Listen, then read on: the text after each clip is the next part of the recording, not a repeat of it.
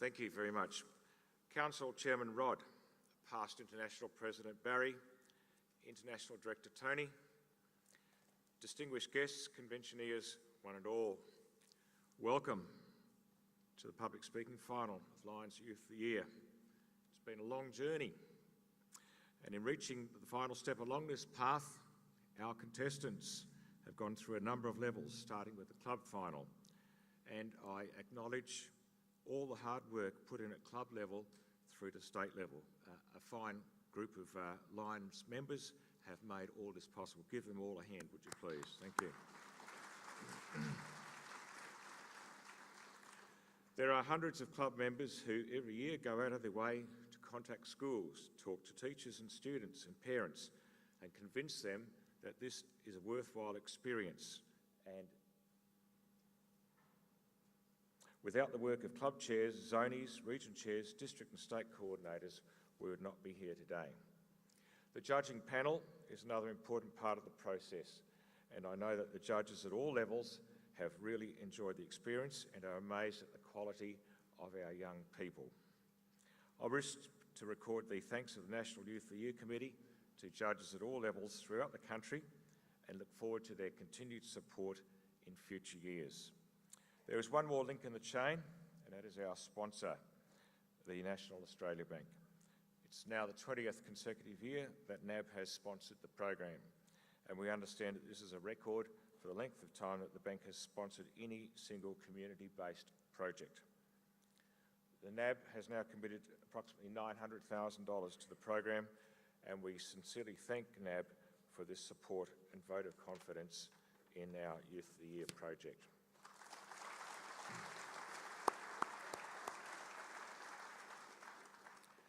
Having recognised the contribution of our sponsor, it is opportune for me to welcome Natalie Kay, the National Australia's Bank's representative and also one of our judges. Thank you, Natalie.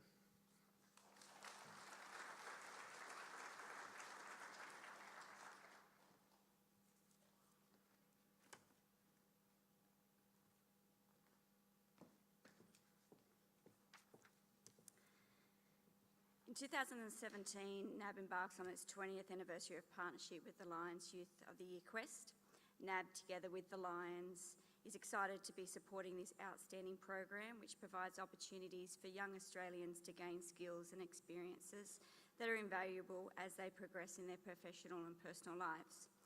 We know that many of the young Australians who participate in the Lions Youth of the Year Quest will inevitably become part of the leaders and influential members of the community, which is why we see this program as a valuable investment in our country's future.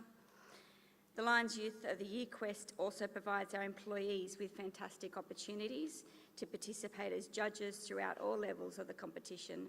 On average, over 350 staff are engaged as judges each year. The partnership provides our people with the opportunity to genuinely connect with our local community, which is both an enjoyable and rewarding experience. Congratulations to all the young Australians participating in the national finals. We wish you all the best. Thank you.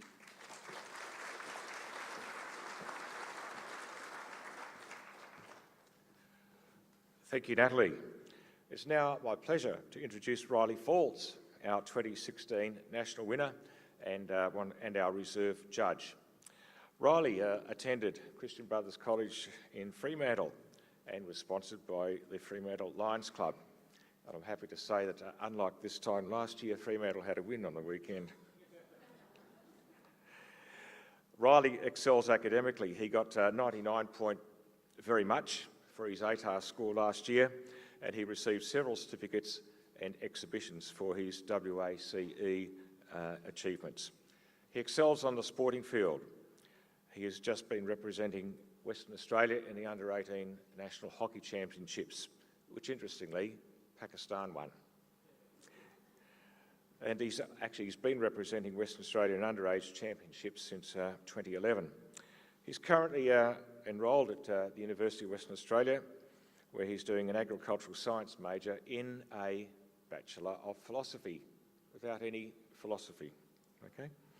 However, he aspires to study drama at the WA Academy of Performing Arts, and Perhaps he might even follow in the footsteps of one of its most famous graduates, Hugh Jackman.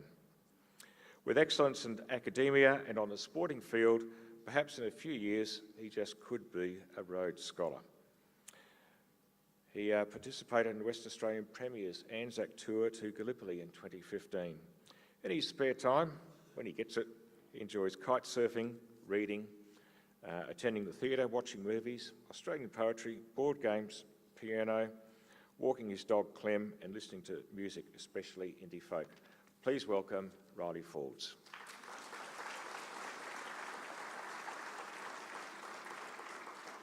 And I trust that the PowerPoint is ready to go with Riley. Thank you.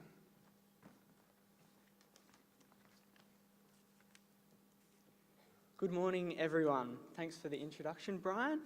My name is Riley, as you heard, and I was the 2016 Youth of the Year national winner, somehow. Yes, I'm still in a bit of shock about that. Don't know quite how it happened, really. Today, I've been given the opportunity to tell you all about my experiences in the last year with Youth of the Year. And I'm sorry if I overuse the words fantastic, amazing, incredible, etc., because that's what this experience has been for me. So if someone wants to take note of the different iterations of the word fantastic that I use, that would be quite interesting. I'm also sorry for those who've heard me tell these stories before, but this time I think there's some pretty pictures to look at, but maybe not. We got them. Awesome. So this time there's some pretty pictures to look at too. This program has taken me from my school in Fremantle to New Zealand and now to Hobart, with lots of places in between.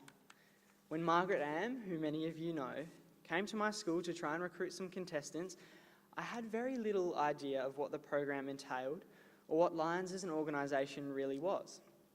I entered the competition to gain some experience with an interview and to just give it a go.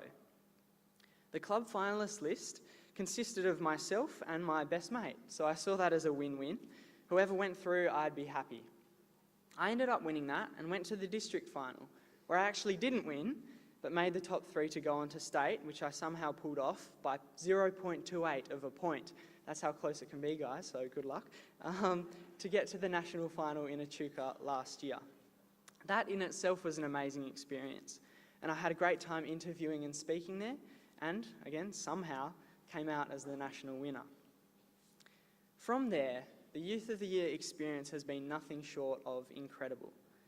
On Christmas night last year, I flew to Melbourne and then to Rotorua, New Zealand, where I spent 2 fantastic weeks at the Lions International Youth Camp, climbing mountains, water skiing on glacial lakes, luging down mountains, experiencing multiculture, and mucking around with 40 kids from countries all over the world, from Austria, Brazil, Italy, Malaysia, Japan, Australia, and New Zealand. The friends I made there will be friends for life, and I really miss them. But the journey wasn't over after we left there. The other state winners and I were treated to a tour of Perth in the southwest of WA, one of the most beautiful places in the world, I might add. We visited Lions clubs, the Lions Eye Institute, the Hearing Foundation, and stayed a night at my grandparents' property down south.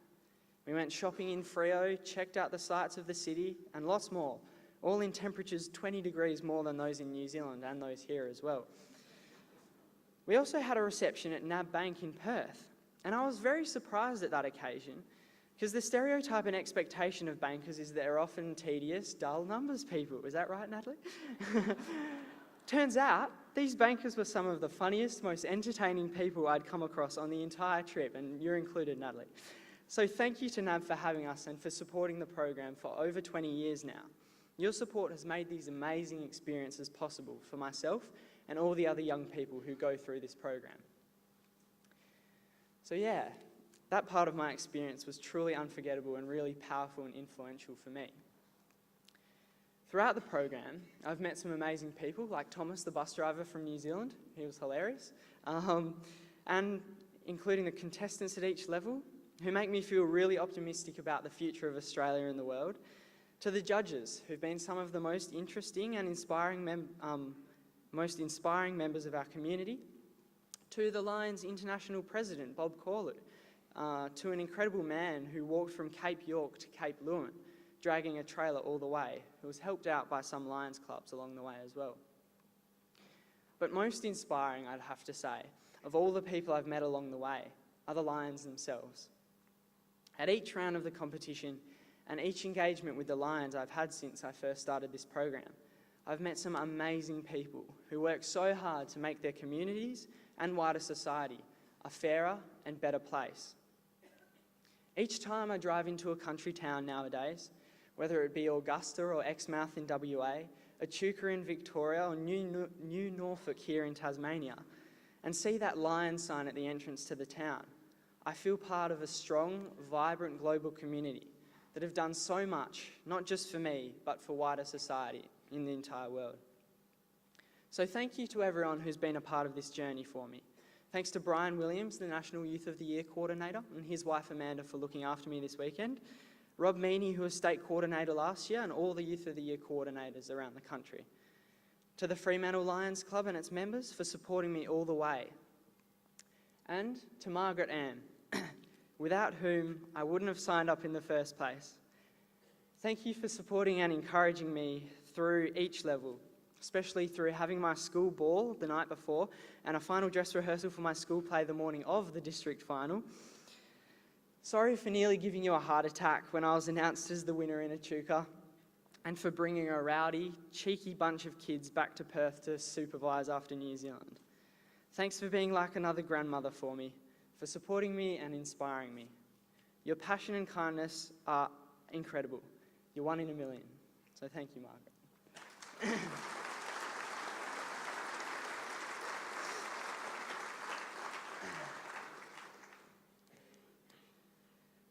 Thanks, Margaret. Thanks, Lion Australia. And thanks to everyone here today. You've got a great final coming up shortly. I have to say that I feel rather sad to be handing on my crown today after such amazing experiences and meeting people like those up on the screen there. I'm quite reluctant to see it come to an end. But this may be the end of my time as the Youth of the Year national winner and the end of my time in Hobart, but it certainly isn't the end of my involvement with Lions. I'm having too much of a good time to stop now, so thank you. Thank you, Riley. Good. Thank you, Riley.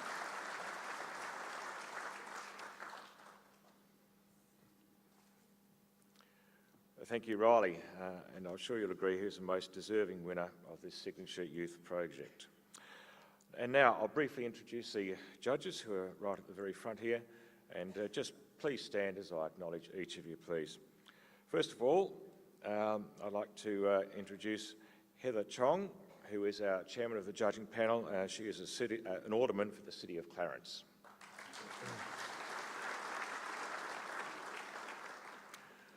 Next, Jason Shabanik, who is an educator with the Department of Education.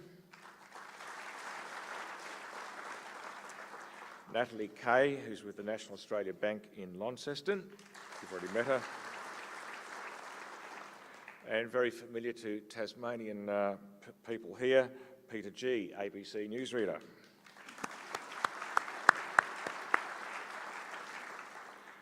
Next, of course, we have Sid McClymont, retired police commander and aide-de-camp to a number of governors of Tasmania. And you've just met him, and I gave a very full introduction there. Riley Falls, our 2016 National Youth of the Year winner.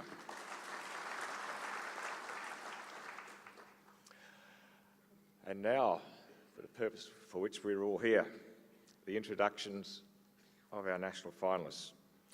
And first cab off the rank, it's always alphabetical, it's always C districts. Please welcome to the stage Talia Troth and C District State Chairperson Ken Bradford.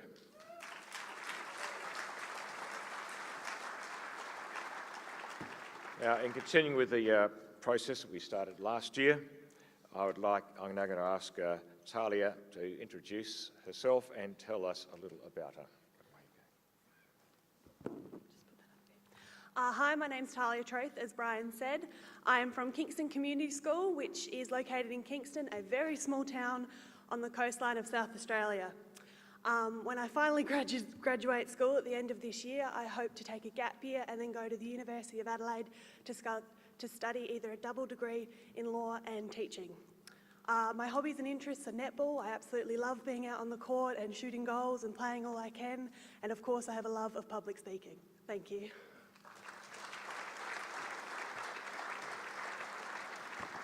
Thank you, Tyler, and we wish you all the very best for what's left of the event. And now, going north, please welcome Ava Del Tufo, and N District State Chairperson Peter Perry.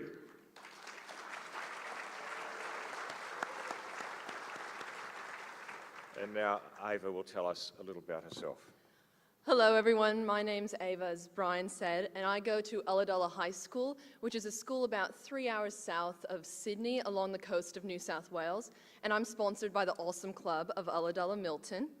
Upon graduating from school, I would like to study a double degree of Bachelor of Medical Arts, which is a Bachelor of Surgery, Bachelor of Medicine, combined with a Bachelor of Arts degree. My hobbies and interests are I really love rock climbing, hiking, exploring, and I also like sewing and swimming in and amongst there as well.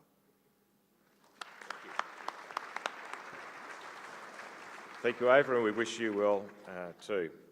Now, almost as far north as it is possible to travel in Australia, Matisse Reid and Q District's Chairperson, Jenny Maguire.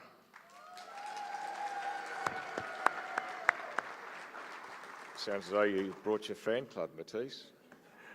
All right, Matisse, introduce yourself, please. Thank you.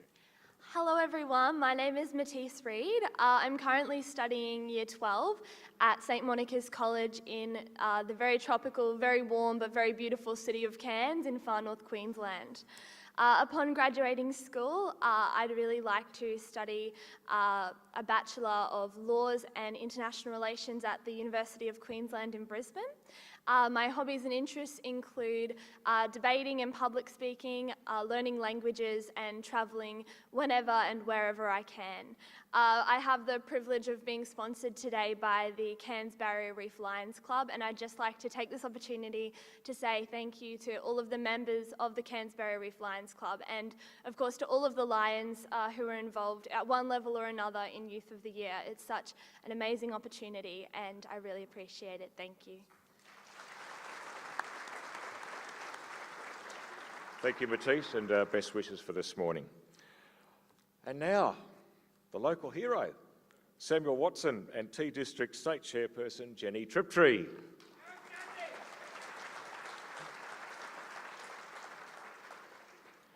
And Sam will tell us a little about himself. Thank you. Hello, my name's Sam Watson. I'm from the Friends School here in the not so warm and not so tropical city of Hobart. I'm actually originally from Ulverston, which is up north, and I've just started boarding here at Friends this year, so I'm only a newbie to Hobart, the not so tropical and not so warm city. On graduating from school, I'd like to study something along the lines of medicine or law and then follow into a career in politics. So hopefully I can get your vote, but hopefully I'll be able to stay truthful, unlike many of our politicians. An honest politician's a good one, and we don't have too many of them, sadly. Now, my hobbies and interests include being involved with the political party, public speaking, debating, getting out in my community. I do a bit of riding around, reading, going out to the theatre and just having fun with my friends and family. Thank you.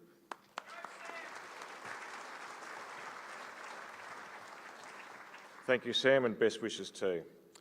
And now, from just across Bass Strait, Joshua Cordina and V District State Chairperson, John Beale.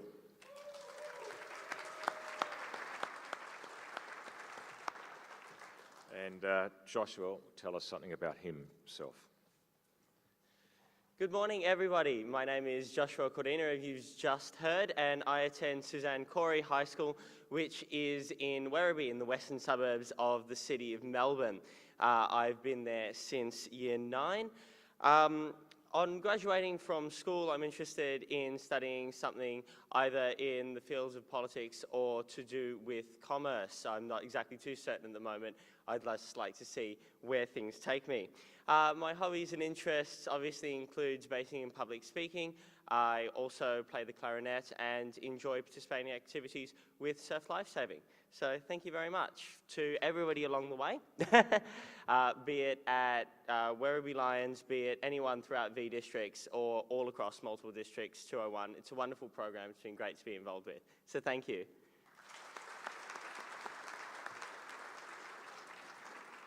Thank you, Joshua, and we wish you all the best too. And finally, from the sunny, balmy west, it was 31 degrees in Perth yesterday, Oscar Caspi-Crutchett and W District State Chairperson Margaret Am.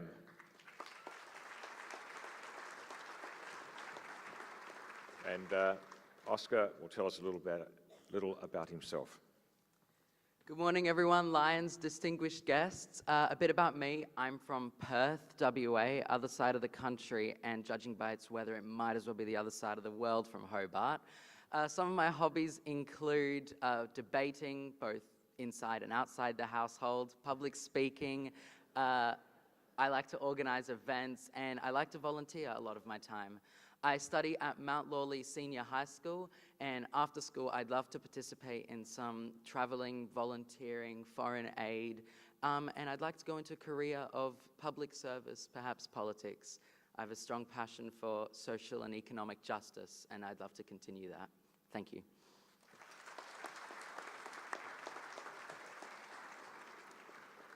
Thank you very much, Oscar, and all the very best for this morning. Now, on Friday night, at a Youth of the Year function, the order of speaking for today's event was drawn. The order will apply to both the impromptu questions as well as the prepared speeches. And the order will be, first of all, Talia Troth, followed by Samuel Watson.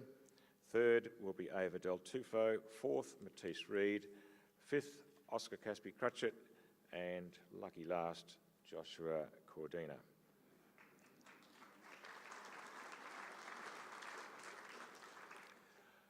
As far as the impromptu questions go, the rules are the same for all other levels, so I'll not go into them in detail, except to say that each impromptu question will be read twice, and the timing starts on the utterance of the last word of the second reading. Then there will be a double gong at the conclusion of 2 minutes. I'll now ask the state chairs to leave the stage and take up their positions for the impromptu questions. Peter and John, you'll be staying on stage as timekeepers. And the contestants, with the exception of Talia, to accompany Jeff and Maria to the soundproof room, along with Margaret Am, our usher. Right, would you please do that? Thank you.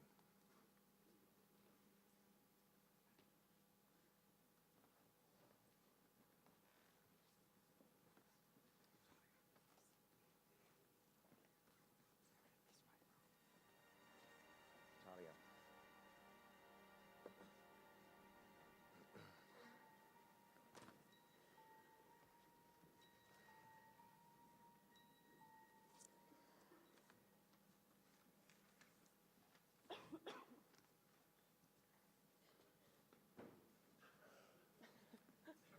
Judges ready? Yep. Right, Talia, your first question. Charities and service organisations are finding it very difficult to recruit volunteers. What will this mean for Australian society? Now, the second reading. Charities and service organisations are finding it very difficult to recruit volunteers. What will this mean for Australian society? It's been very well known lately that charities are finding it extremely hard to find volunteers compared to what they used to have en masse. What this means for Australian society is for the people who are unfortunate enough to live in poverty or live below the poverty line are not going to have that extra support that they need to survive. They won't have homeless shelters to go to because there's simply no one to run them. They won't have any soup kitchens because no one has the skills or the ability to make the food to serve to them. This is very dangerous for Australian society because as a whole we need to look after each and every one of us. No matter what our economic standing is, no matter what our position in life is, we all need to have the decent right to be warm, to be fed and to have enough food in our lives. Not having enough volunteers is the danger. There are many charities in the world, such as the Red Cross, who are donating blood for people in need. They're helping cure kids' leukemia. If there's no one to volunteer to give the blood, what does this mean for young children? Unfortunately, it does mean that they won't be able to overcome the disease they are unfortunate enough to be given. Without volunteers, Australian society cannot function. Volunteers are the backbone of Australian society. They help everyone, they do better, and they do better for each other. Australia, we need volunteers. Thank you.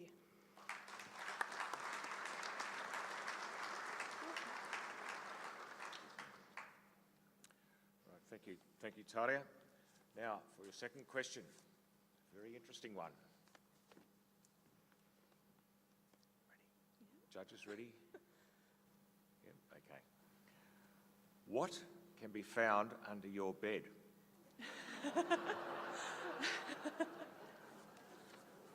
Second reading. What can be found under your bed? Well, under my bed particularly, as my mum would definitely know, is usually dirty clothes and whatever's been left on my bedroom floor. I am not the cleanest person, I can tell you. I hope under every normal teenage bed there is the same as mine. I hope I'm not the exception. I think teenagers these days are so busy that the room does come last, and well, I know in my brother's bedroom there has been occasional food found under the bed. I assume, as far as I know, under the bed in most adult houses is usually storage if you can fit it. There's containers. I know some younger kids have the little Lego tables where they store their Legos so they can just wheel it out and play on their little car tracks. But under my bed particularly, there's a lot of nothing. I do have an allergy to dust mites, so I have to keep it very clean. But on the rare occasion when I get busy, it does get a little dirty with leftover clothes or whatever I've pushed under there when guests are coming. Occasionally my school bag ends up under there. Yes, unfortunately, that's what can be found under my bed. Thank you.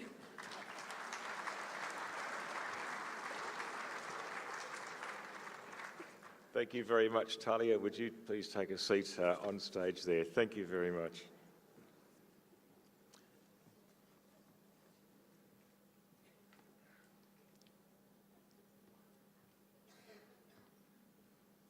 Just wait for the judges to finish some notations. Okay.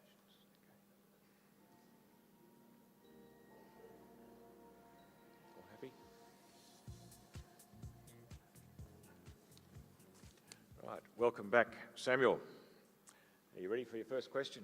Yeah. All right, your first question is this. Charities and service organisations are finding it very difficult to recruit volunteers. What will this mean for Australian society? The second reading.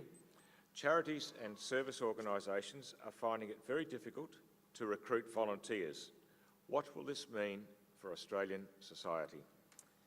Thank you, Brian. An Australian society revolves a lot around the contribution of Australia's service organisations. Service organisations like Lions and Rotary and Apex, service organisations like Surf Lifesaving, and all of those other organisations that we see in our community. It's undeniable that they play an integral role in our communities, in building our communities and in growing our towns, and especially our rural communities. A rural community that I'm from, Ulverston, of 10,000, and we have many service organisations in that community. And without these service organisations, it does play a threat to what's at the heart of these small communities and these larger communities in the cities. It plays a threat to the very basis of Australia, being a united nation of giving a fair go for all and contributing back to our communities and back to our societies. Now, I certainly don't believe that this is a general trend that people are now too selfish to contribute to society, because I do believe, like every one of the people in this room, other people in Australia want to contribute and want to give back to Australia, and that is very important that we continue to encourage people to do so. Now, how we go about doing that is what we should be focusing on, instead of focusing on what effect this will have on Australia, because Australia is a united country. We're a country where everyone is given a fair go, and what we need to concentrate, instead of concentrating on the depletion of service organisations, we should be concentrating on how we get more people into service organisations. And we've heard yesterday and the day before of how we'll do that and how we'll adjust the way our service organisations work and move it onto online and move it so more people can get involved with service organisations through an easy process by maintaining an easy commitment where in everyone's busy lives that we live today, they can still contribute to their communities and they can still get out and get involved while also being a member of their community. And that is what maintaining Australia's community service organisations will do. Thank you.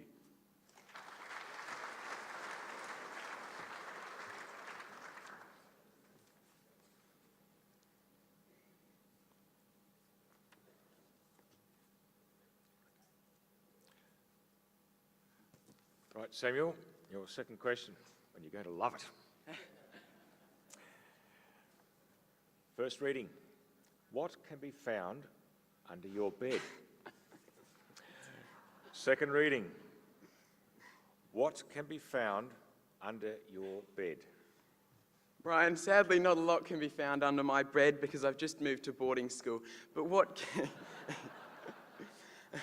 can be found under my bed is a sense of adventure and a sense of commitment. I think if I were to go home back to the boarding house right now up in North Hobart and have a look under my bed, I think I'd find a nice big pack from a nice walk I went to southwest Tasmania's lovely southwest track, and that's something of Tasmania that's very beautiful and very important to us. And what we see in Tasmania is very important, and we're starting to experience what tourism can do for our state, or as many of you might know, our individual country. It's not the first time it's been referred to that.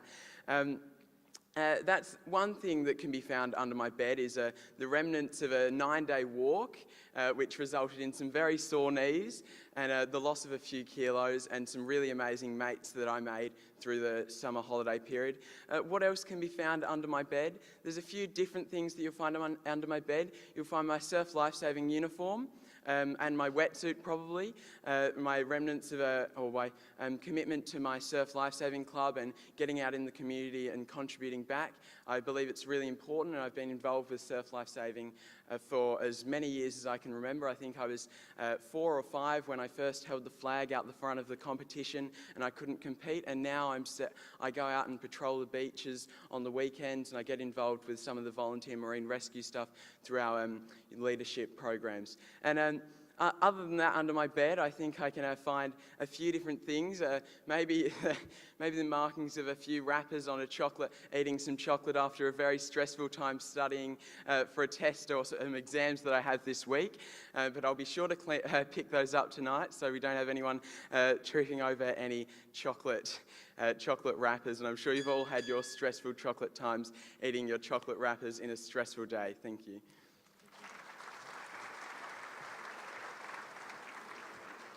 Thank you very much, Sam. It's amazing the responses. The judges were most adamant about that question. It had to be obtuse, and we just decided to see where they'd go with it, and wasn't that amazing?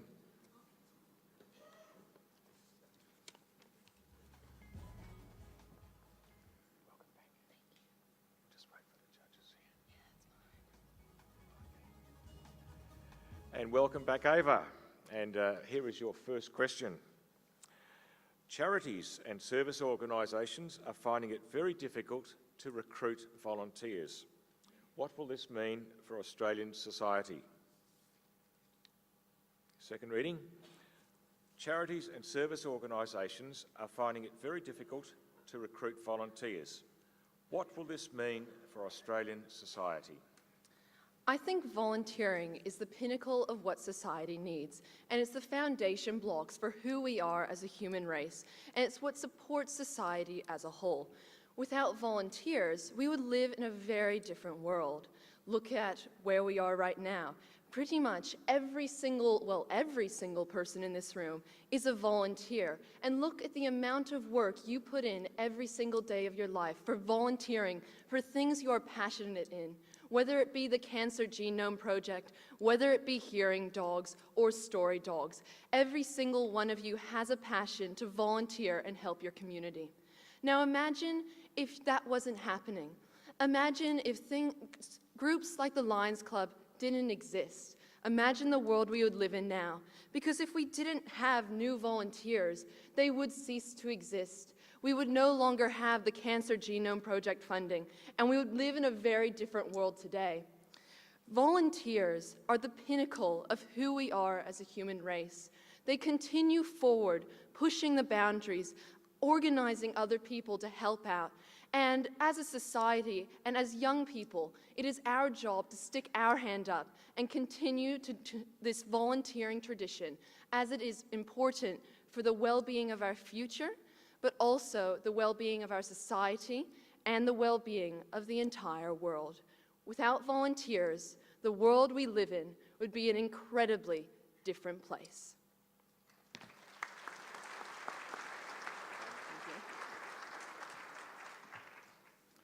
Thanks, Ava. Now for the second one. It's very easy. And the first reading is, what can be found under your bed?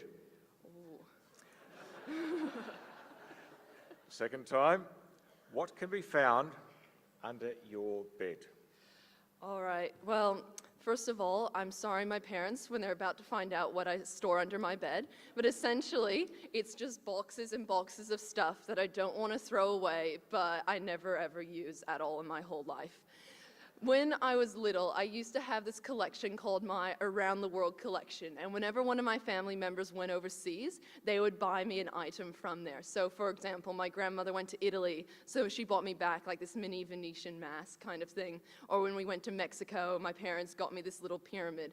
And I remember I used to cover my entire dresser with them until the point where essentially I had no more room left to put anything else. And you know, some of them were small things from when we did road trips, but it was my favorite thing to do as a child. And then I started to run out of room, so I started packing these away in boxes. And that's where most of them are now. They're in boxes underneath my bed. And at times I do like to pull them out and have a look and remember those times when we did go on those family holidays. We did those massive 48-hour road trips where we drove from like one middle of the states to the other side because we were trying to drive in front of a snowstorm, which never really went very well either way. But they're memories that I will always have, and that's what these items remind me of, and that's why I've never thrown them away, and it's why I always continue to have them. And although they are stored underneath my bed right now, I hope to eventually be able to bring them out and maybe put them in a cabinet of themselves, because they really were one of my most prized possessions as a child, and they really were reminders of what my childhood was like, of traveling and getting to see the world and experience new people and new cultures. So that is what is hiding underneath my bed, as well as quite a bit of dust, I'm pretty sure, as well. Thank you very much. Thank you. It's not that difficult at all, is it? No.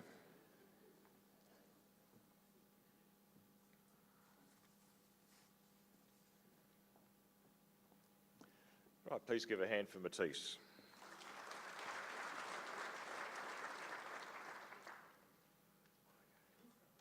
All right, hang on, Riley's still writing.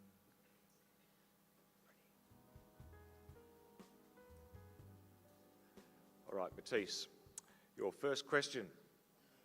Charities and service organisations are finding it very difficult to recruit volunteers. What will this mean for Australian society? The second reading.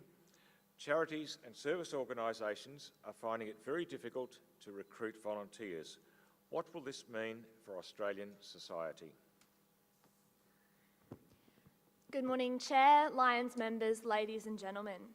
Charity and service organisations are the backbone of our Australian society, and this is something that I've really realised being here at the Lions Convention in the last few days. Walking around the stalls at this convention and seeing the amazing work that you guys do, not just on a club level, on a local level, but on an international level for people around the world, people around Australia. I am just so impressed and so blown away, and I really want to be a part of this organisation.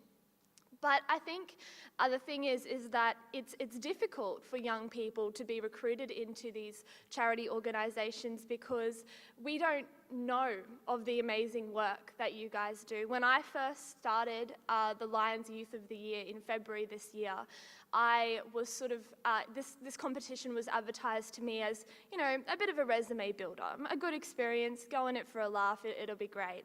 And I have just been so blown away by the journey that Lions and involvement in this charity organisation has, what it's done for me and what it's done for the people around me. So I think that without organisations like Lions and without charity organisations in general, Australian society would be very, very well worse off. I know I work a little bit with a charity called Rosie's, which is a charity for homeless people. And we go out on a Friday night and we give food to the homeless people of Cairns, and we have a conversation with them and give them a bit of our time, a bit of our friendship, and just seeing the impact that this has on individual people, you know, not just the physical aspect of food, but, you know, of the conversation, of the warmth is really important. So without charity organisations in Australia, our society will never be the same, and we need to keep that alive. Thank you.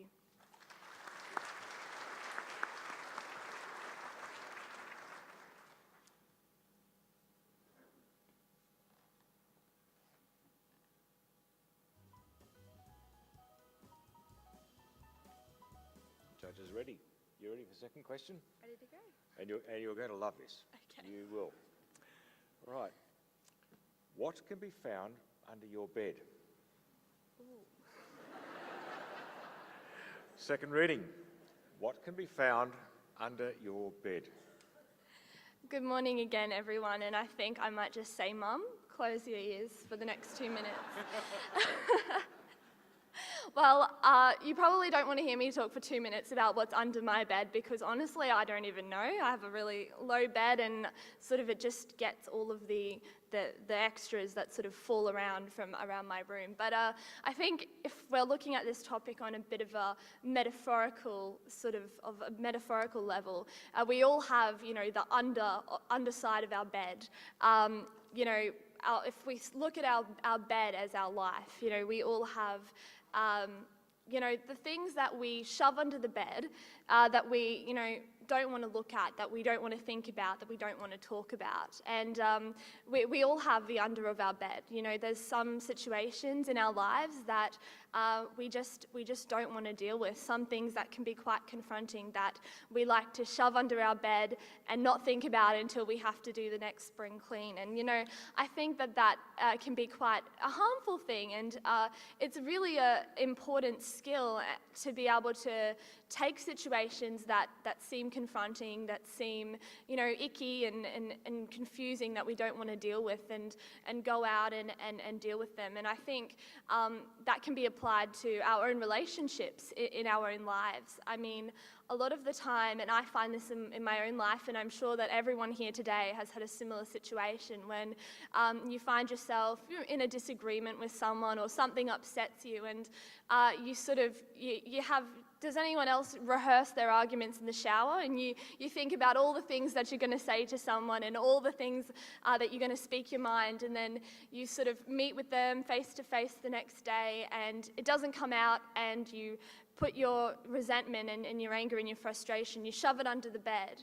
And in the long run, that can be really harmful. So in conclusion, I think that it's very important that we take what's under our bed, we deal with it, and that will all make us better people, and on a whole, a better society in the long run. Thank you. Thank you very much. You've got to give it to them. I was a little bit iffy yesterday when this was suggested, but the judges were most adamant that that question was there. And what an amazing set of tangents they've gone off at. Welcome back, Oscar. Now, I should have mentioned earlier, Oscar is one of 2 Year 11 students participating today, the other being Sam. And very unusual to have a Year 11 student make the national final, let alone 2. So it's a fine achievement. Here is a better spot, Oscar. Thank you. Probably. Your first question. Charities and service organisations are finding it very difficult to recruit volunteers. What will this mean for Australian society?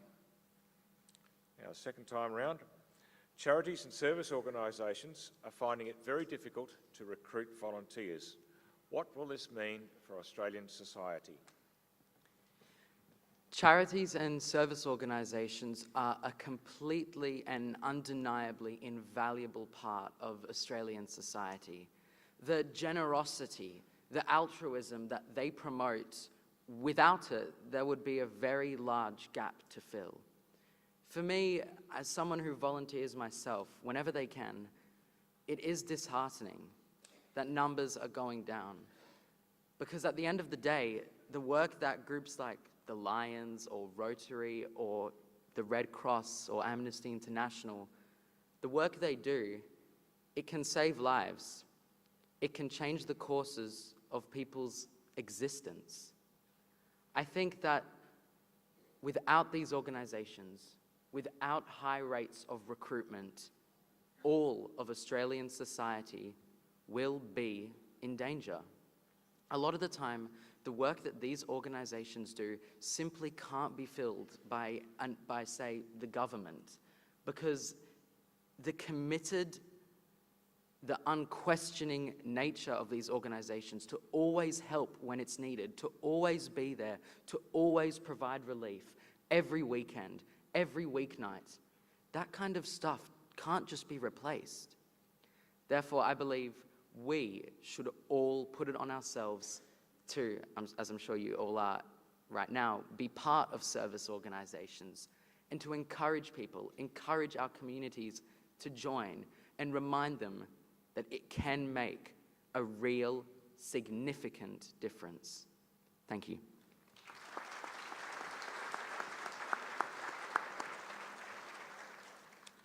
Thank you, Oscar.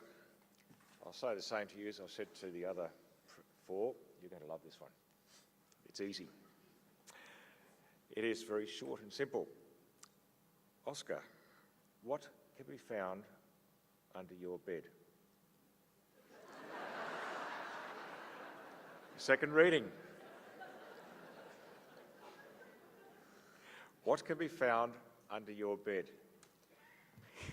I wish I had a long poetic answer to this, but I think the truth is that under my bed there's a lot of clothes that Mum over there wants me to get rid of and actually put away.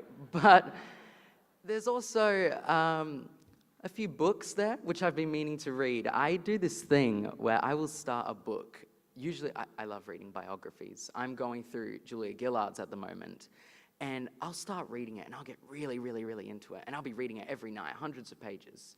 Maybe not every night, but sometimes. And then, when I'm at Dimmock's or at a bookstore, I come across someone else's biography. Maybe Hillary Clinton's, maybe, I don't know, Malcolm Turnbull. And I picked it up and I'm like, yeah, I'll give that a go. And then I end up reading that and the other book never gets finished. So what this leads to is a mounting pile of half-read, half-processed books under my bed that sit in between the dirty clothes. So, I think that's, in all honesty, what can be found under my bed. Trying to think of what else there is. But no, I think there's just the political life stories of about 5 prime ministers and 6 presidents and 7 foreign affairs ministers. Something along those lines. Yeah, that's what's under my bed. Thanks.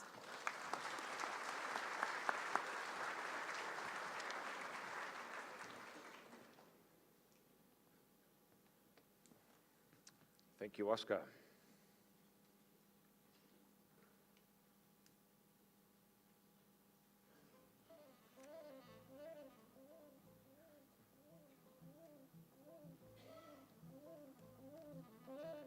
Right, welcome back, Joshua.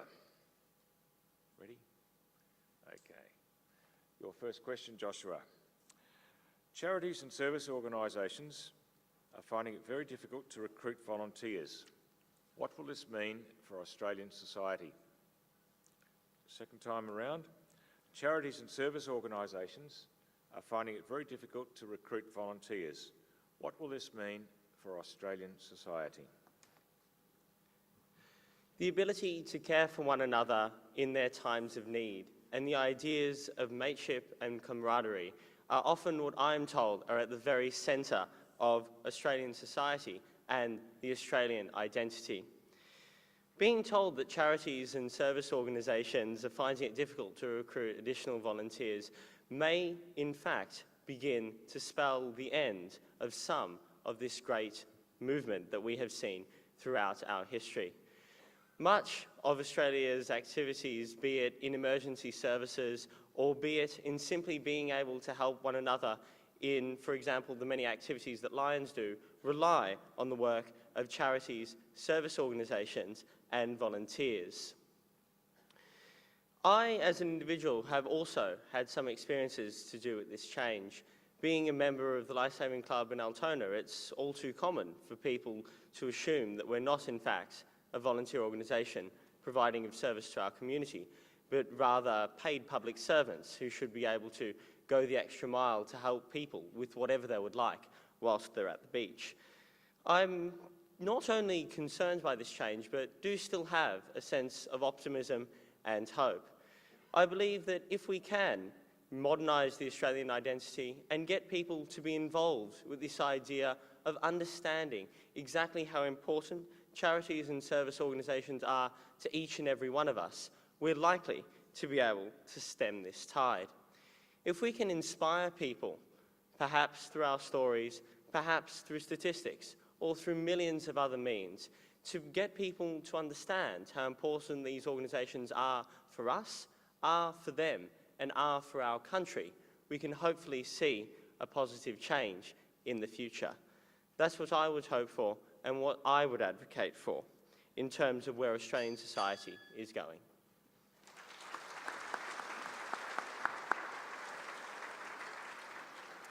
Nicely timed.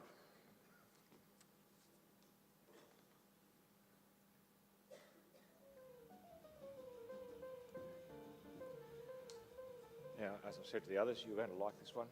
It's very, very easy. Okay? Oh, don't do that. All right, the question, here it is. First reading. Joshua, what can be found under your bed? Second reading. What can be found under your bed? Under our bed seems to be the place where we hide some of our most personal and often most interesting things. Under my bed lies a series of 2 rollaway tubs. They were bought by my parents, probably I think when I was maybe 9 or 10, and I used them to put a whole range of different things in, so perhaps I could hide the mess that was in my room at the time, back when I didn't really value neatness and order so much. But those tubs continue there today, and today they in fact store something quite different. Under there I've got a whole range of different things, a series of school magazines from the school that I currently attend and all schools past. And often at the end of each year I'll roll out those tubs and take a trip down memory lane and remember what has been years past, what was the year that just passed, and normally it inspires me a little for the future. Under there I also have a range of different awards and certificates that sort of haven't made it onto my desk. And normally it's those sorts of awards and certificates, be it participation in something when you're a young kid, or a reward that you thought something of but maybe not too much of, that can be a little bit interesting and inspiring for yourself to look over, to be able to reflect on what you've done, where you're going, and to be able to think about what those certificates and awards might mean to others, or where they might put them. When you think about what other people might put under their beds, it can be a little bit interesting, but I'm sure we all each have something that's a little bit special and a little bit interesting hiding under our beds. Thank you.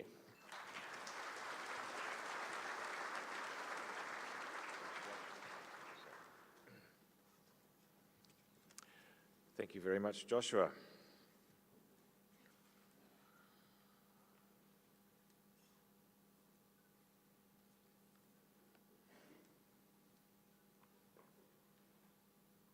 All okay? Right. And now we move to their speeches. Once again, the rules are the same as for all other levels.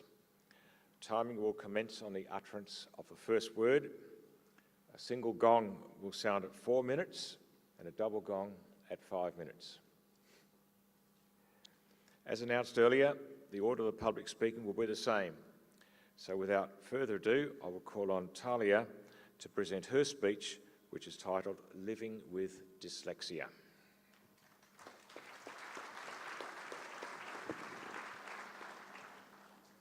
Everyone has their own issues, things they struggle with and fight against. For some, it's phobias. For others, fears. For me, it's living with dyslexia. Dyslexia is known as a learning disability that affects one's ability to read, spell, and write. But the reality is extremely different. It affects a person's whole personality. The first major trait of dyslexia for me was being unable to read. When I turned 5, like a normal child, I started school, where I played and laughed and had all the fun in the world. But when it came time for spelling, I tuned out. I came up with every excuse not to do it. When it came time to be tested for reading levels, my mum couldn't wait because she knew that something was wrong and that I wasn't like other students. When I tested at the top of my class, my mum was astounded and surprised to say the least. When I brought my first reader home, she noticed something. I wasn't reading any of the words on the page, yet I knew exactly what the story was saying. And then she realised I was reading the pictures. In all kids' storybooks, there are pictures that explain the words, and somehow the 5-year-old version of me discovered that you didn't need to be able to read to discover a story. As you can imagine, my mum put an instant stop to this. After this, my mum started searching for a reason as to why I literally ran away from spelling and reading, and why no matter how hard she tried, she couldn't get me to grasp it. When I moved schools in Year 3, my new teacher finally listened to what my mum had been saying and started working with us to find a reason as to why the bright little girl sat quietly at the back of the classroom and banged her head on the table each night, feeling too dumb to do anything. I was then sent to a psychologist where I was diagnosed with dyslexia. For most parents, a diagnosis is really scary, but for my family, it was a relief because it gave me a reason as to why I felt so stupid. Being diagnosed also gave me hope that I would find a way to learn and to grow that would work for me. I soon started tutoring, where I learned about my brain and how my memory of words is different from others. The best way I can explain it to you is how it was explained to me. In all our minds, we have a shelf, and as a word comes in, we learn it again and again, and the shelf gets thicker and thicker. But a dyslexic person, the shelf looks a little different. It's much smaller, and as the word comes in, the middle letters fall off or get muddled around. This is why traditional learning, it didn't work for me. It's also why, to this day, I still can't spell Adelaide. I also can't hear sounds, which is why when I say the word beautiful, I don't hear the U or the I, which is why I spell it wrong every single time. I didn't learn to tell time till I was in Year 5. To spell because, I still sound out the phrase, big elephants can always understand small elephants, because the starting letter of each of those words makes up the word because. I felt like a stupid kid whose friends were so much smarter. I panicked, stressed, felt sick whenever something changed. This is all because of my dyslexia, because for a long time I struggled to learn and I couldn't learn. This also still affects me now, and I still feel sick to this day whenever something changes. This was never more evident than when my father died and my whole world fell apart. At this time, I struggled to grieve, and I faced every day with a feeling of sickness. This feeling, this sickening feeling in my gut, I still get it today, whenever something changes, big or small. So what is dyslexia for me? It is an ailment. It made me feel dumb, alone, and scared. But because of the amazing teachers I had, and because of my mother, I learned that it doesn't define me, and it hasn't defined my life. Yes, it affects me, and it has affected me every single day of my life. But I am grateful for it, because it gave me a great gift. My dyslexia gave me an appreciation for school and education that I never could have attained another way. So dyslexia is a serious learning difficulty that makes your life hard, and it challenges you every day. At times, you will feel dumb. Other times, it makes you feel special because you think in a way that no one else can. I'm not going to lie, dyslexia is hard, and at times it made me feel inferior. But because of my family and my mother, I have done something about it. We did something about it. And it's because of her and my dyslexia that I'm standing up here today. Lots of people have disabilities. It doesn't mean we all can't become tough, intellectual, passionate people. It just takes determination and effort to overcome. Thank you.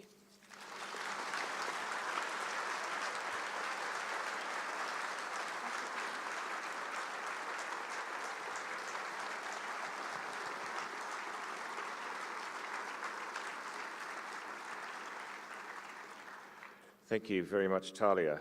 Being a former teacher, I can sympathise with you there. Empathise, I think would be the better word. And now we are going to hear from Sam Watson, whose speech is titled "A Fair Go for All." Just wait, Sam, until we know that the judges are actually ready.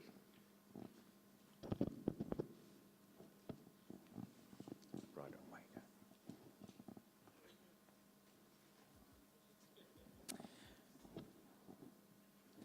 you go.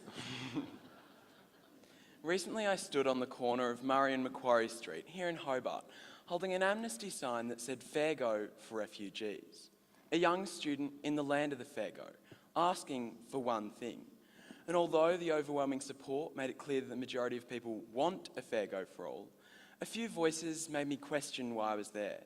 The bugger off, get a job, go home you idiot, and the age-old middle finger made me question what it is to be an Australian and to truly give someone a fair go. Now, I'm sure that no one was questioning my nationality, because after all, I'm a 16-year-old boy of Caucasian appearance. When the truth is, I wasn't born here, so why do I belong here? What gives me, a 16-year-old boy from England, a greater sense of entitlement to call myself an Australian than a young Syrian Christian child fleeing for their life by boat? Why can I live here when over 1,000 people are currently locked up in detention for legally seeking what I have? What we do today will create our history. The actions and choices that we make now will create the history upon which we will be judged.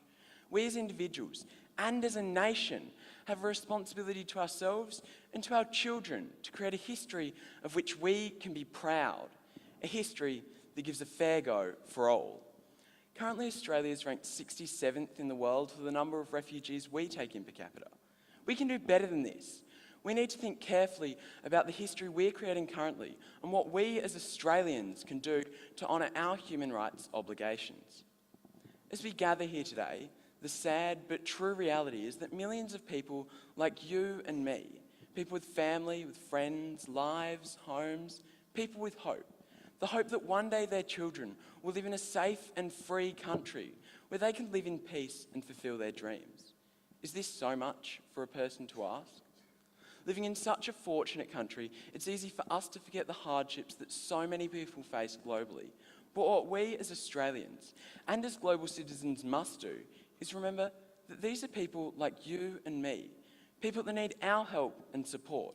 Because how long would you stay here in Australia if Australia was a war zone and your lives, your children's lives were being put at risk every single day?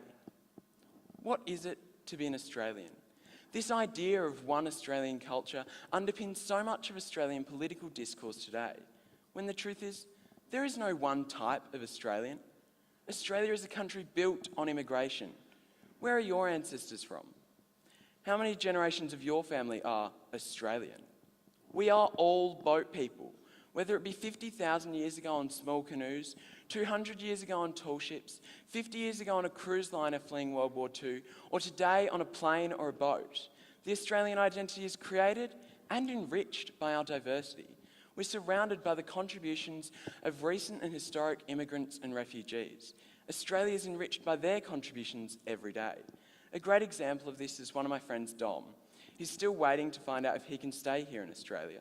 He was the college captain of a local school and is now studying engineering in Melbourne, so that in his words, he can contribute to Australia and not rely on the government for support. We as Australians should continue to celebrate and welcome the contributions of all, of people like Dom, because it is undeniable in the past Australia's built our country upon immigration. After the Vietnam War, Conservative Prime Minister Malcolm Fraser asked Australians to open their arms to the thousands of refugees fleeing from the tragedies of war. And we did. This is not a new idea, but it shows that together we can create a history of which we can be proud. The approach taken by our current Conservative government couldn't be more different. They only perpetuate the dehumanisation of real people. Labelling asylum seekers as illegal is incorrect and only justifies their inhumane actions. Because everyone has the right to seek asylum in Australia, but so often people don't even receive the right to be heard in our country on our shores. People are processed offshore, where the government has no accountability and continues to violate countless human rights in detention centres deemed illegal by Papua New Guinea.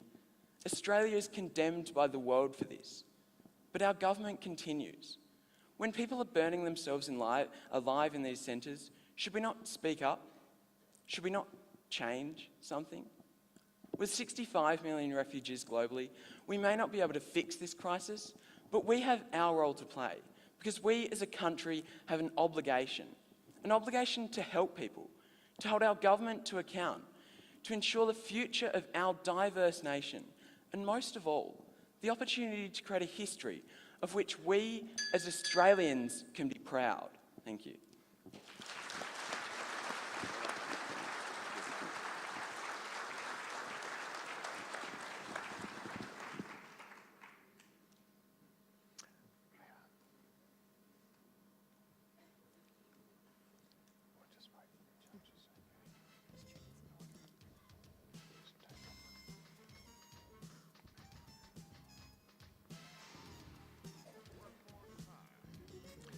Right, welcome back, Ava. And Ava will present her speech, which is titled The Human Condition. In 2016 alone, 1.2 million children were trafficked, and every 4 seconds someone died of malnutrition. Donald Trump, well, he spent an estimated $150 million on himself and $80 million on his presidential campaign. If that money was combined towards something good, then over 31,500 children in developing countries could be taken out of poverty and sponsored for 10 years. Meanwhile, children in first world countries are spending up to 8 hours a day glued to computer screens, on Facebook, or playing video games. So what is going on here? We have an extreme case of the human condition. Throughout history, the human condition has been defined as the characteristics, key events, and situations which compose the essentials of human existence, such as birth, growth, emotionality, conflict, aspirations, and mortality. This condition has driven us not only to survive, but to thrive. We invented farming, communities, electricity, medicine, and so many other things that have made our lives longer, fuller, and easier. So from this intellectual greatness, how have we ended up on a planet where there's prejudice, pollution, and hatred? Carl Sagan, an astronomer, once said, "The Earth is a very small stage in a vast cosmic arena. Yet think of the endless cruelties visited by the inhabitants of one corner of this pixel on the scarcely distinguishable inhabitants of some other corner. How frequent their misunderstandings, how eager they are to kill one another, how fervent their hatreds, so that in glory and triumph they can become the momentary masters of a mere fraction of a dot." As humans, it is in our DNA to stretch our intellect, but like all things good, there is such a flip side.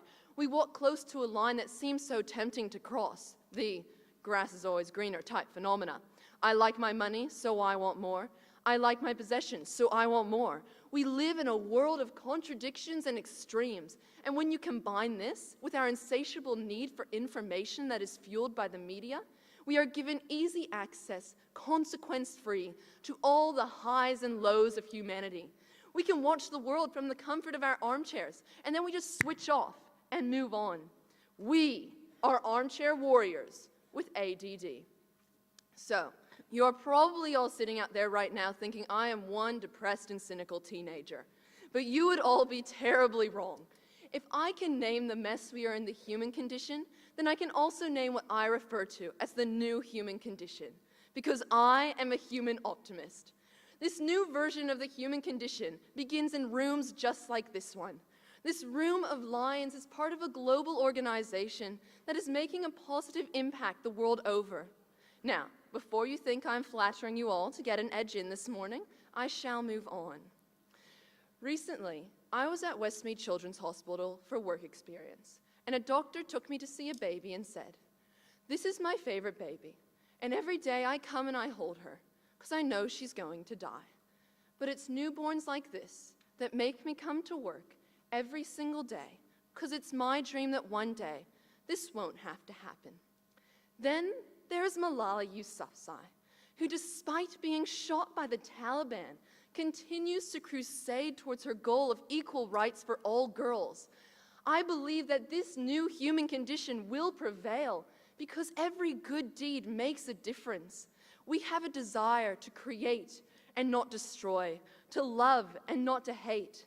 I believe we will come full circle and we will return to our better selves. We will realize that Facebook and computer games are bad for our kids. And in the future, there will be a rebellion against the suppression of our need to be outdoors, and we will communicate with each other face to face with kindness and understanding.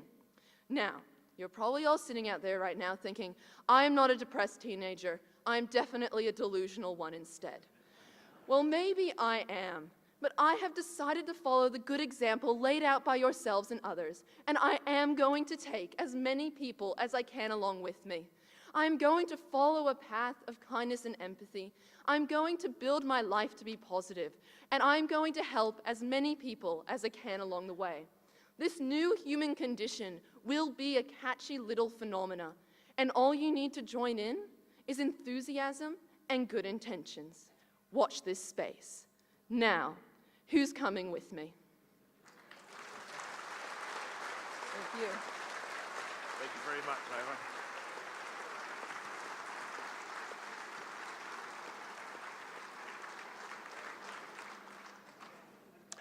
Thank you very much, Ava.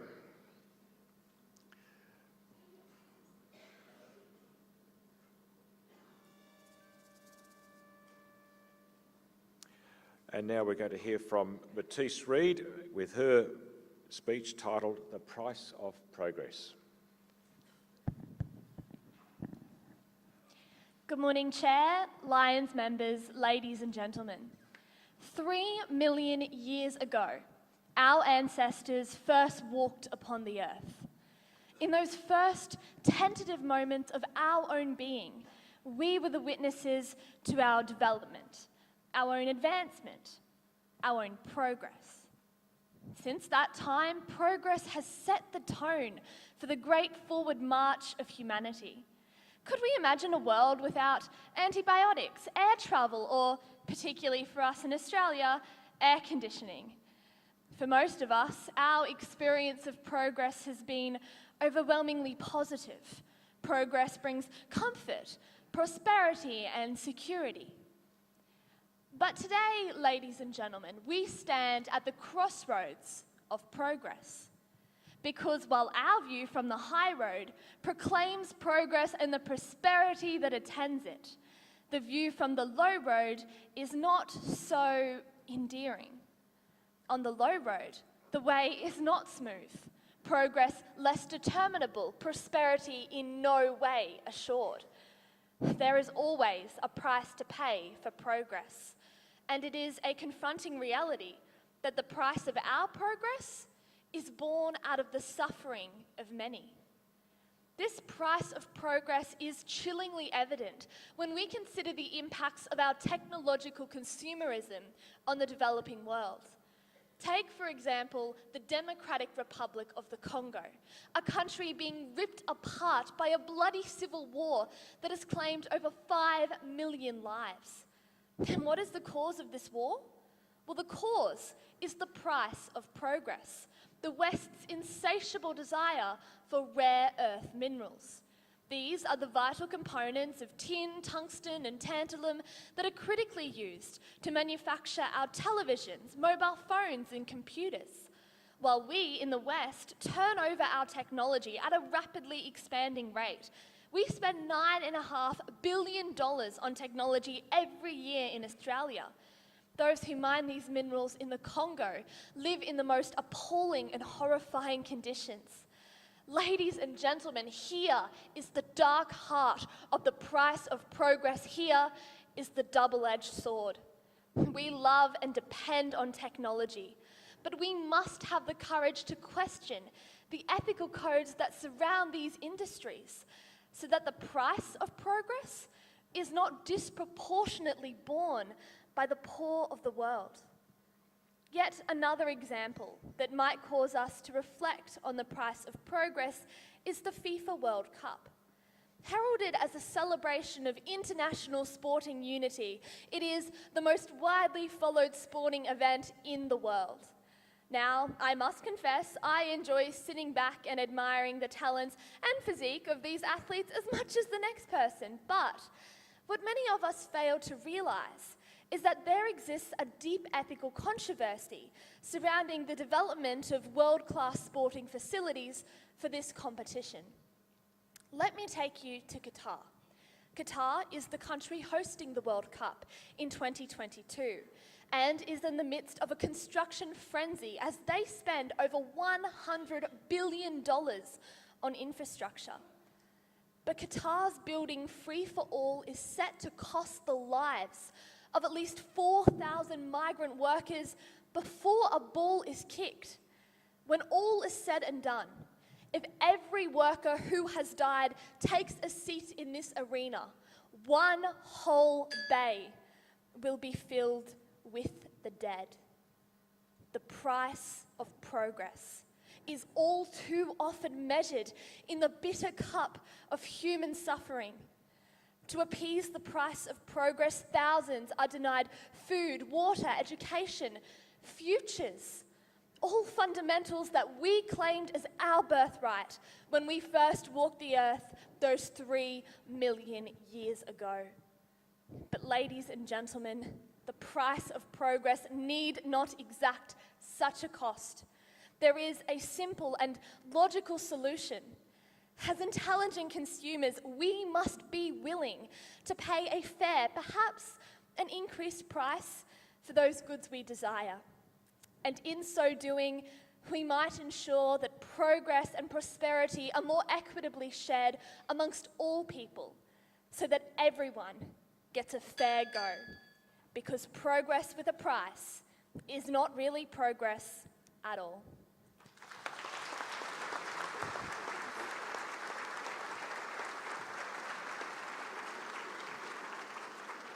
Thank you very much, Matisse, and some very salient points and issues she raised there. Next, Oscar. We'll just wait to ensure the judges have finished their deliberations on Matisse.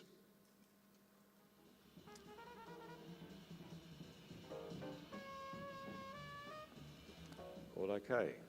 Yes. Now, Oscar's speech is titled, "She Needs Us, We Need Her, Why We Need Democracy."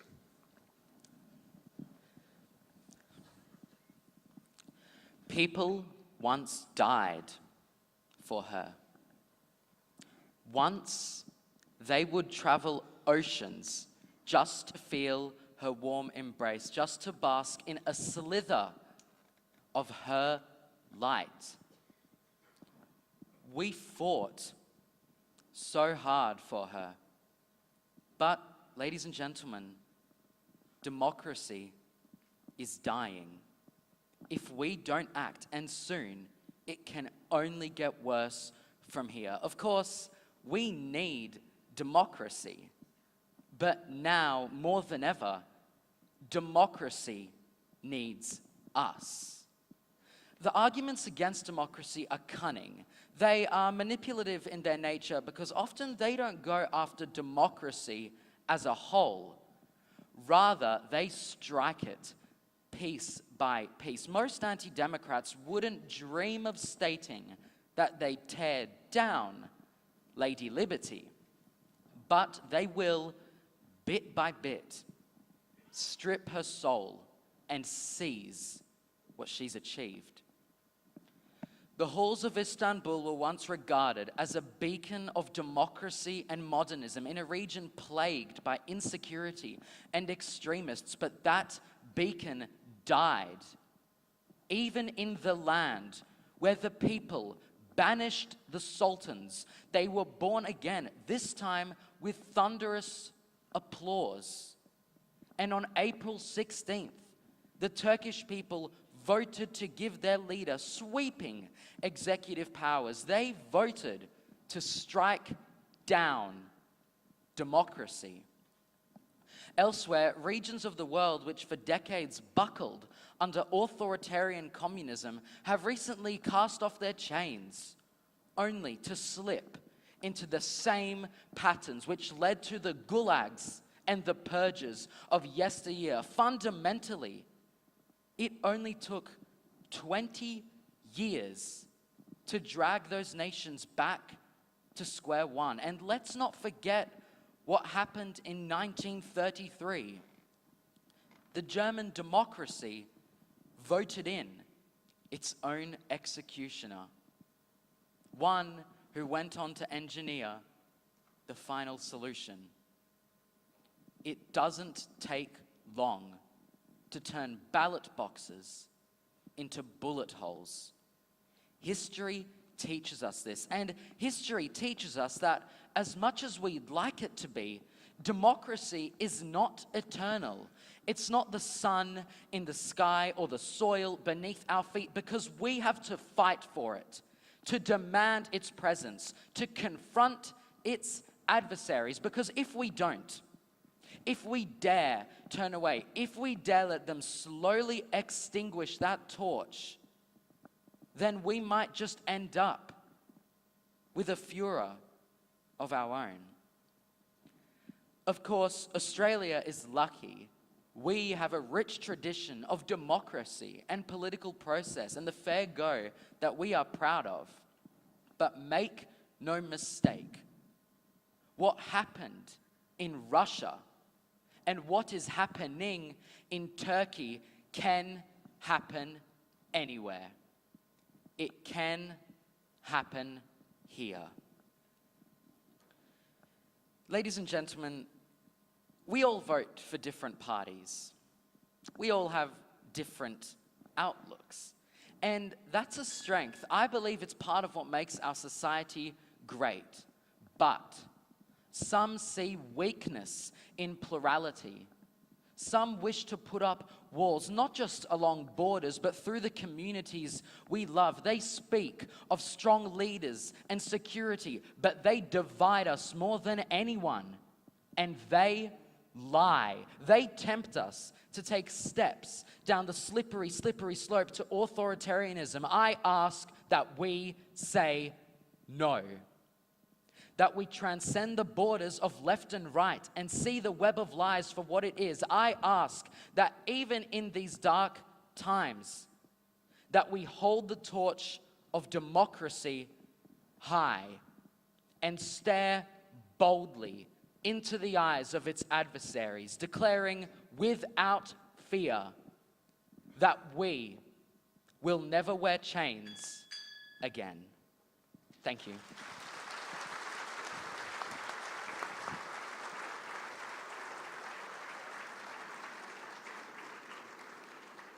Thank you, Joshua, and that sowed seeds of thoughts, that's for sure. And now, finally, it gets lonely, doesn't it, Joshua? It gets lonely being number 6, both in there and down here.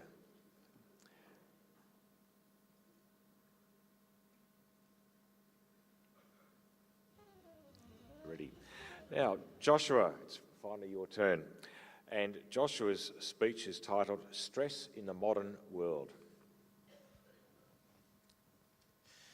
Your palms sweating, your arms shaking, butterflies in your stomach.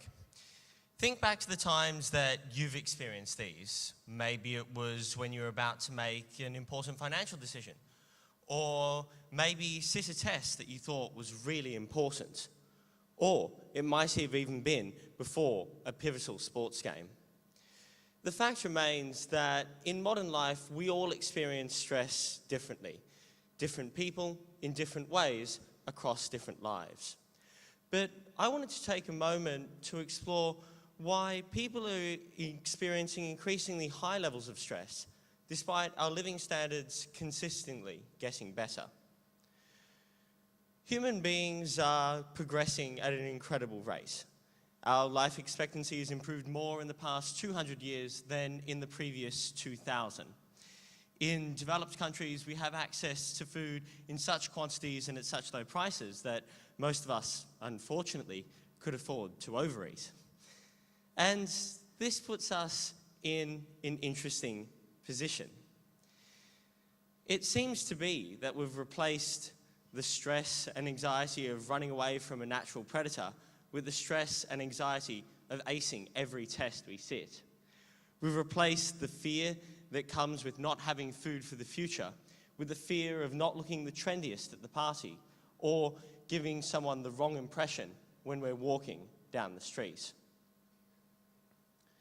Being a student in Year 12, I see stress around me and experience it myself in levels that are sometimes difficult to fathom and difficult to talk about.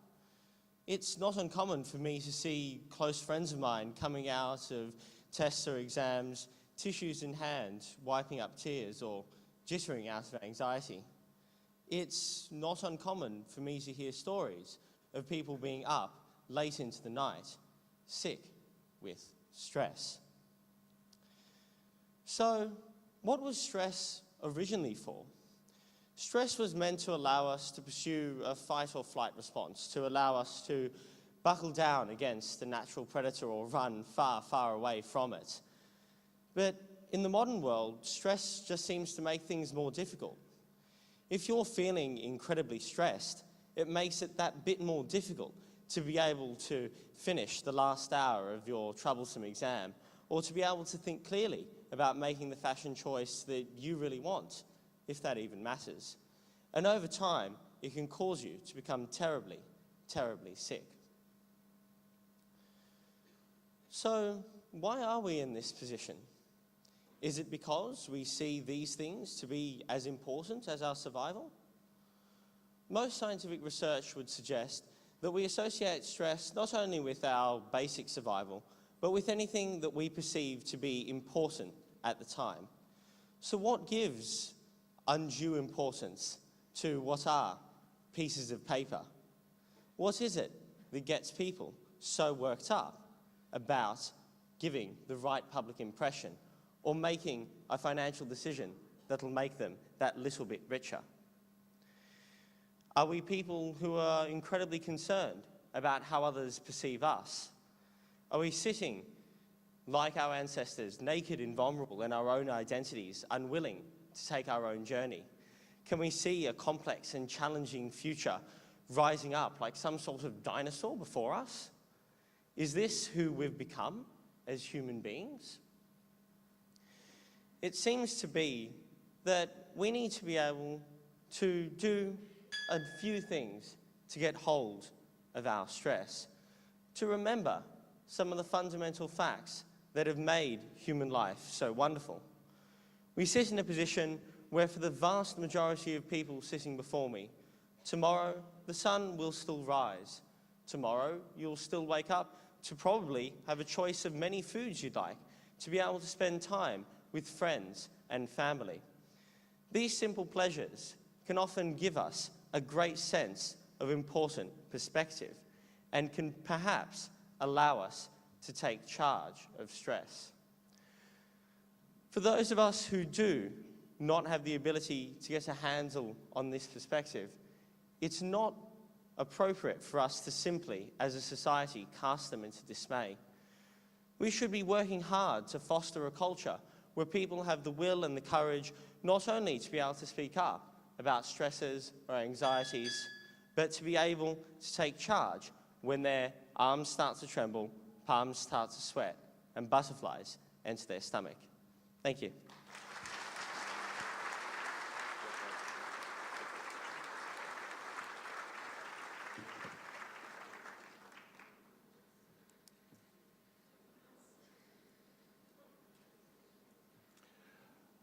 Thank you very much, Joshua.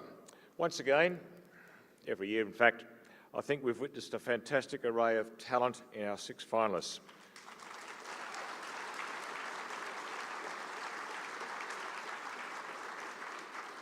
On behalf of all of us here, I thank them for their amazing presentations in both sections.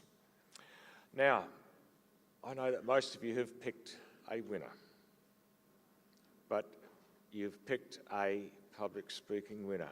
Whether or not you're right or not, it's another matter. You've picked a public speaking winner. We do not know what occurred in the interviews yesterday. I don't know, you don't know. So as far as the overall winner goes, I know you're following your favourite, your state winner. Our judges will now retire to consider their verdicts, and past District Governor Peter Perry will escort them to the Wellington room for their deliberations. and I think 20 minutes will have to do it. Thank you very much. And now, with that, I'll return you to Sergeant-at-Arms Paul Helmling.